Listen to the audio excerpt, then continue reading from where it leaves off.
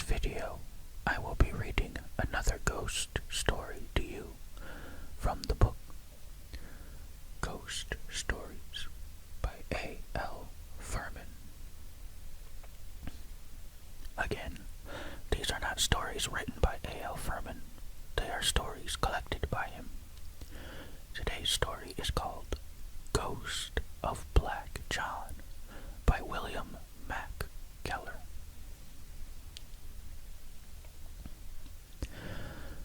A soft mist drifted down from the mountains, wreathing the trees in drab gray mantles, so that they stood out in the gloomy half-light like dispirited and abandoned ghosts.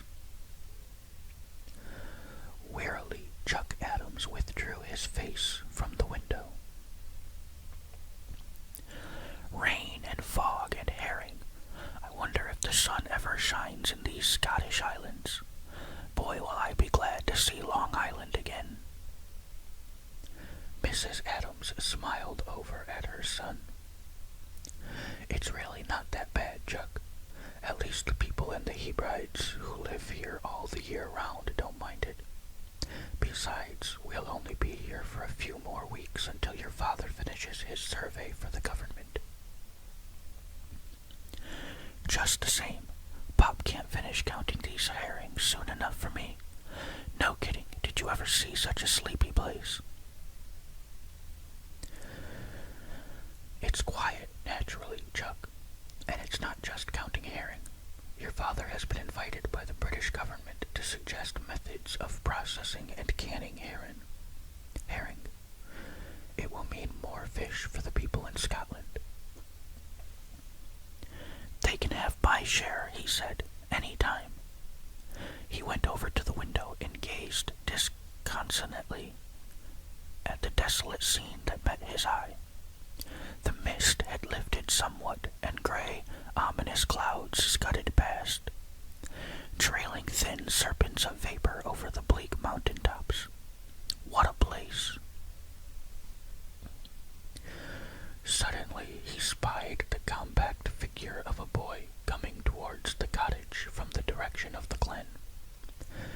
Chuck turned to his mother with a smile.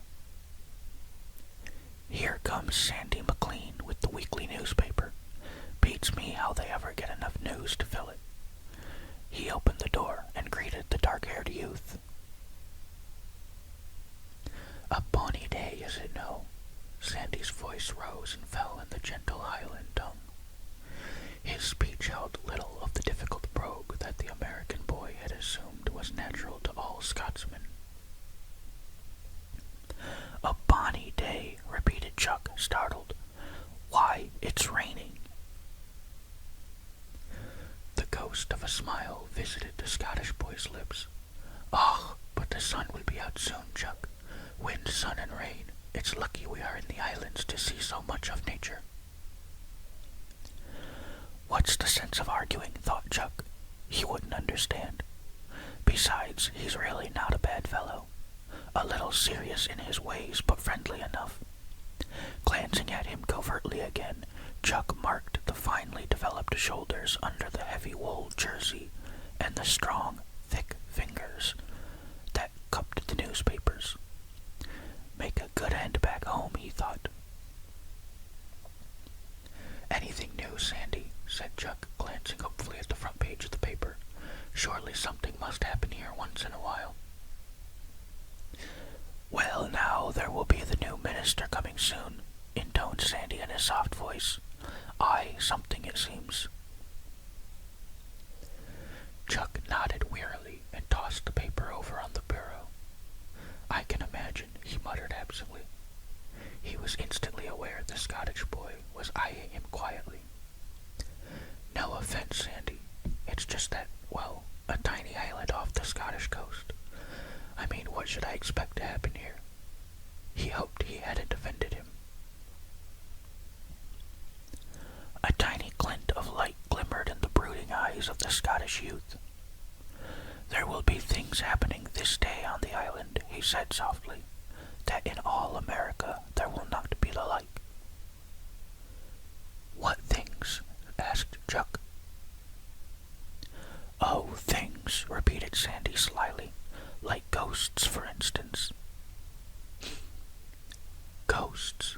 Chuck sharply.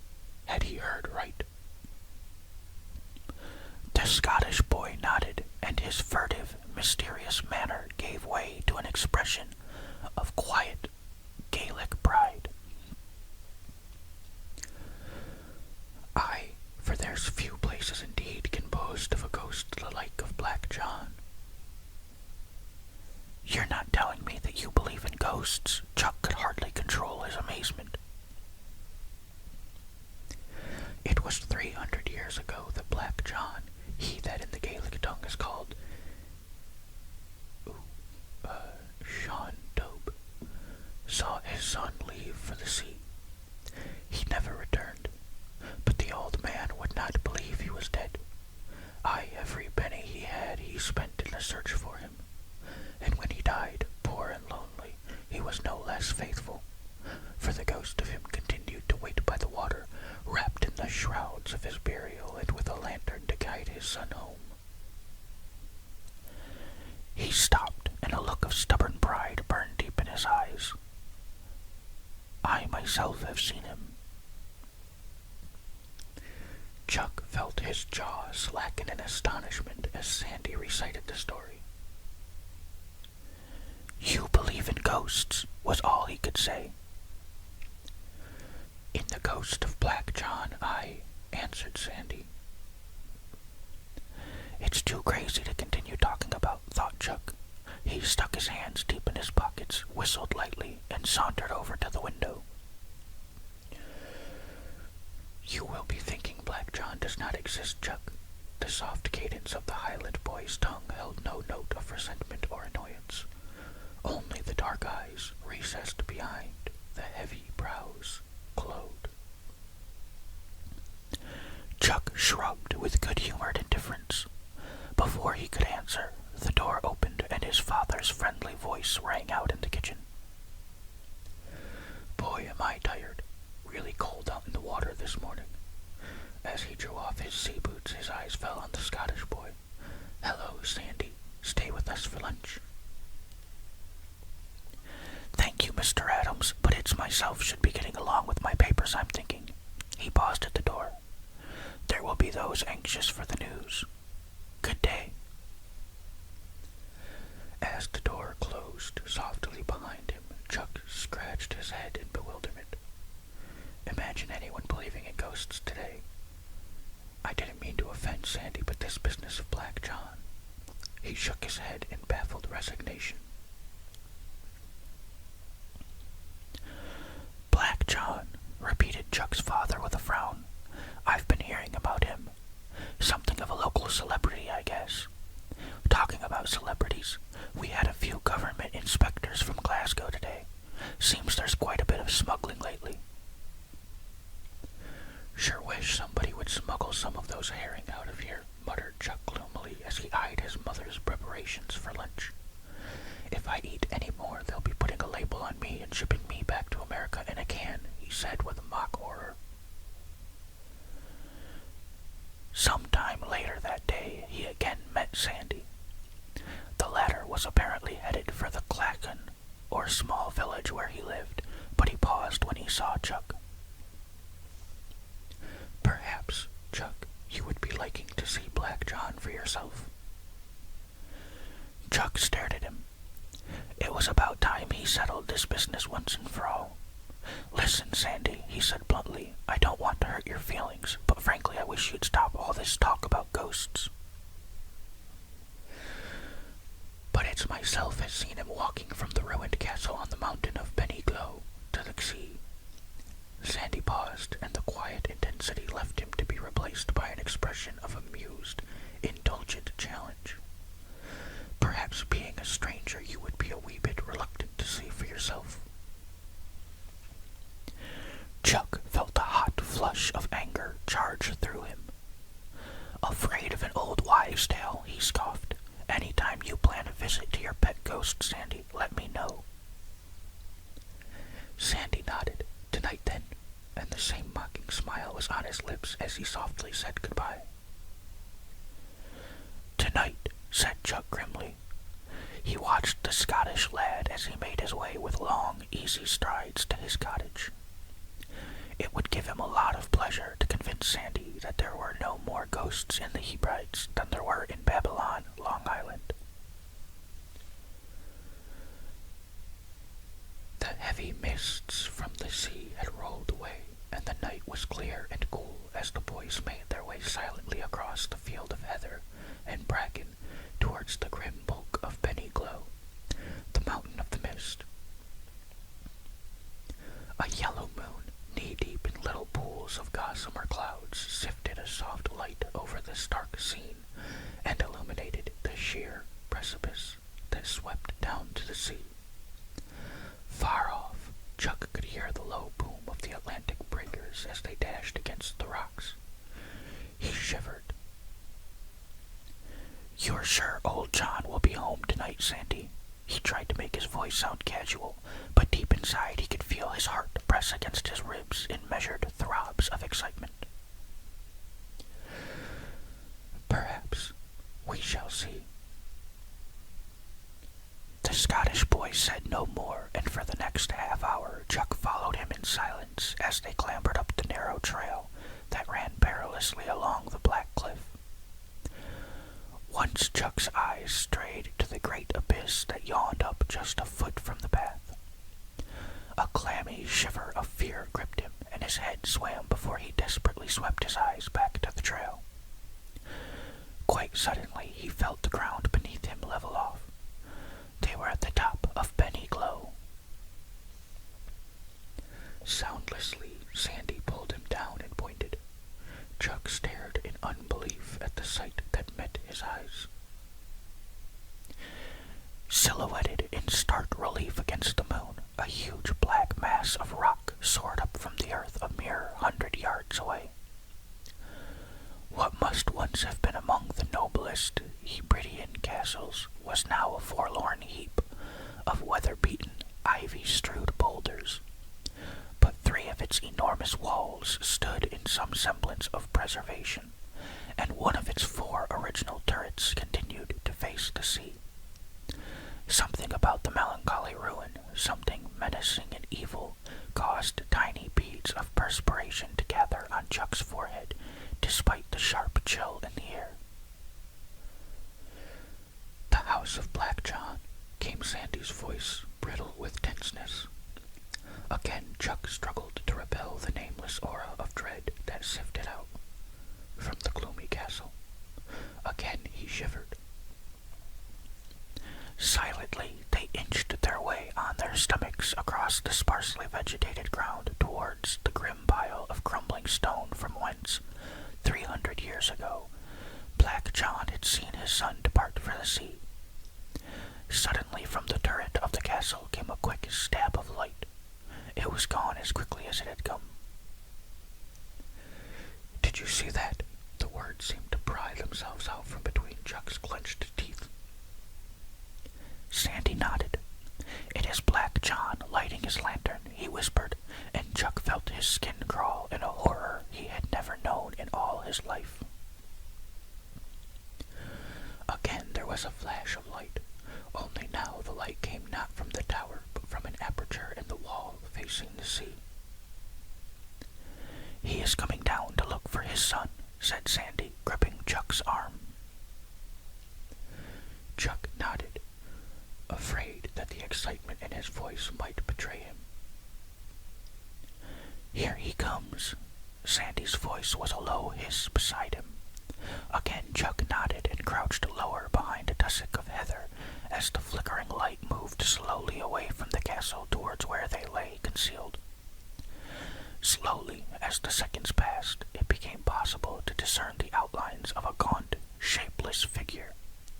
A figure wrapped in a long, black funeral shroud. The ghost of Black John. Chuck's breath froze in his throat as the long-dead Highland chieftain made his way slowly towards the sea that had taken his son 3 centuries ago. He passed only a few feet from where the boys lay, the lantern held rigidly in a bony hand. "Let us go," whispered Sandy after the spectre had passed. "It is bad luck to watch a man's sorrow." He paused. Listen. Slowly at first, and then in ever-rising tremolos of despair, a bloodless wail floated from the lips of the gaunt figure on the edge of the cliff. "It is Black John calling to his dead son," said Sandy in a low voice. "It is bad luck. Let us go." 1 minute, Sandy. Despite his fear and dread, Chuck lingered. There had been something a moment ago that only now made him pause. Something just as the ghost of Black John passed them. A tiny glint of clear blue light on one of the scrawny fingers that clutched the lantern. "If Black John spent all his wealth looking for his son, Sandy, why is he wearing a diamond on his finger?" "A diamond," repeated Sandy. He stopped as the American youth dug his fingers sharply into his arm and pointed. "Look, Sandy, he's signaling to someone out in the water." Transfixed with wonder, the boys watched as the light blinked in spaced intervals of lights and dark. Then, holding their breaths, impelled by an urgency to discover more, they pulled themselves carefully along on their stomachs towards the cliff edge. A scant 10 yards away, the hooded figure of Black John continued the systematic flashings of his lantern. Slowly the minutes passed as the boys gazed, fascinated at the weird spectacle being enacted before them. At regular intervals, an eerie wail would break from Black John's lips, and each time Chuck could feel his blood run cold within him. And then quite suddenly there was a scrape of a shoe, and a voice called cautiously up from below. "Charlie." "Who else?" barked the lantern waver, and Chuck jumped as he heard the shrouded figure speak. "You've got the stuff, Dave." The other grunted affirmatively and pulled himself up over the edge of the cliff. "I'll be right glad when this business is finished," he panted. "Secret trail or not, it's no fun climbing up that cliff at night." "Shut up, will you?" snapped Charlie, alias Black John. "I'm taking the real risk. What if those local half-wits found out who I am?" Chuck stared in horror at Sandy. It was easy to see now who was at the bottom of this smuggling business. "It's the last haul," the man called Charlie was speaking. "We're pulling out tonight. What was that?" Chuck froze. In seeking to ease his cramped position, his foot had dislodged a small stone. He listened, numb with dread, as it clattered down the precipice. "I don't know, but I'll find out," growled the other, advancing on the boys. A slender blade flashed in his hand. There was just one thing to do, and the boys did it. Before the astonished Dave was aware of their presence, Chuck lunged desperately and grabbed him tightly around the ankles. At the same moment, Sandy, running low, hurled himself viciously at the smuggler's midsection. With a grunt of pain and surprise, the man toppled over on the heather as the boys dashed wildly past the infuriated Charlie, encased in his long shroud. "Make for the castle," cried Chuck, knowing full well that they could never hope to surprise the smugglers a second time in any free-for-all. Sandy nodded, and tucking his head down low, fairly skimmed over the ground towards the castle, with two men thundering behind. The boys reached the castle simultaneously and immediately darted into the shadows. "In here," whispered Chuck as he pulled himself up to an opening in the massive wall. With a quick effort, Sandy gripped the ledge firmly and scrambled up with the American youth. Carefully, they let themselves down into the darkness on the other side. A damp, musty smell assailed Chuck's nostrils, and he extended his hand gingerly before him. Something cold brushed against his fingers. He drew himself back sharply before he realized what he had touched. Iron chains. They were in the dungeon of the castle. "I saw them. This way," a voice cried out from above them, and with a single action, Chuck and Sandy stumbled across the room, hoping to find nearby exit to the outside. Suddenly, Chuck's fingers, urgently groping along the moist rock wall of the dungeon, came in contact with a horizontal beam of wood, the crossbar of a door. With a quick heave, he raised it and, swinging the ancient door wide, dashed frantically up the spiral stairs, with Sandy by his side. It wasn't until they reached the uppermost portion of the castle that Chuck realized they were trapped. There was no way out except the way they had just come up. Chuck looked around desperately. He could hear the pounding of the smuggler's shoes on the ancient stairs. Wildly, he looked around for something with which to defend themselves, and his heart sank as he saw the barrenness of the small tower into which they had been chased. "Quick, Chuck, the ivy!" It was Sandy calling as he scrambled over the parapet. Like an agile monkey, Chuck slithered over the wall after his friend. His fingers wound fiercely around the hardy growth that enveloped the portion of the castle and, releasing one hand after the other, he followed Sandy closely down the wall. Once a clump of ivy came away sickeningly in his hand, and only a quick lunge by Sandy held him until he could get a fresh grip. "The door to the stairs," panted Chuck frantically as they reached the ground. "Hurry before they get there." There wasn't a moment to spare. Already the smugglers, realizing that the ivy could not bear their greater weight, were clattering furiously down the long stairway they had just ascended. Racing around the wall, the boys made for the dungeon opening. As they scrambled through the narrow embrasure, they practically hurled themselves into the inky blackness of the dungeon. "Over there," panted Chuck, directed by the clatter of the approaching men. The ring of their boots on the stone steps resounded in the dungeon with terrifying violence. The smugglers could have been no more than 3 steps away when Sandy's straining hands brushed against the door. It was the work of a second to slam it tight as Chuck brought down the crossbar. A baffled roar came from the other side as the 2 smugglers pounded on the barred door. Without lingering further, Sandy and Chuck scrambled out of the dungeon and ran as swiftly as their remaining strength allowed away from the castle. Crashing wildly down the trail, they finally reached the glen at the bottom of the fearsome Benny Glow. From there it was only a short journey across the bogs to Chuck's house, where they blurted out their story to an anxious Mr. and Mrs. Adams. "Smugglers," snapped Chuck's father after he had assured himself that the boys were all right. "We'll take care of that. You 2 wait here while I get the police and go after them." It was some time later that Chuck's father and the local constables returned. In their midst were the 2 smugglers, manacled together and looking decidedly unhappy about the whole thing. The one called Charlie, still in his long black shroud, cast a baleful glance at the boys as he passed with the police on his way to the jail. Chuck couldn't suppress a grin. "Now there's a fellow who is really dressed up for his own funeral," he chuckled.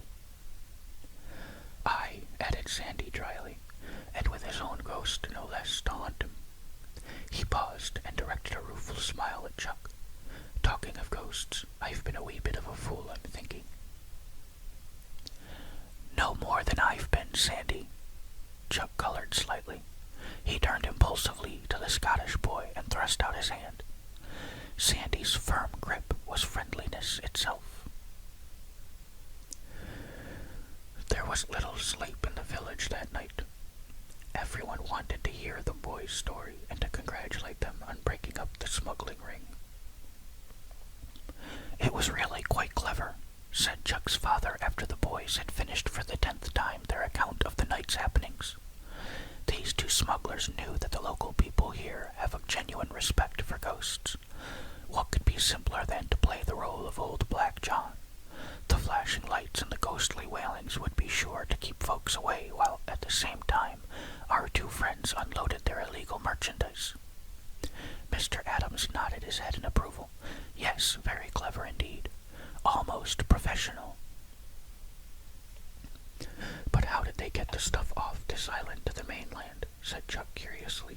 That's what beats me. They must have been slick. His father crimsoned slightly. Seems they were smuggling it out with my herring, he said, casting a sheepish glance at his wife, while the two boys burst into convulsions of laughter. You know, Sandy, said Chuck as he showed the Scottish boy to the door, I take back everything I said about nothing's ever happening in the Hebrides. I've had enough excitement tonight to last me a year. Sandy smiled. Then you will be back next year, Chuck. Aye, we could have a bonny time of it. I sure will, said Chuck with a wide grin, even if I've got to come back as a herring to do it. All right, that's the end of The Ghost of Black John by William Mack Keller. I hope you enjoyed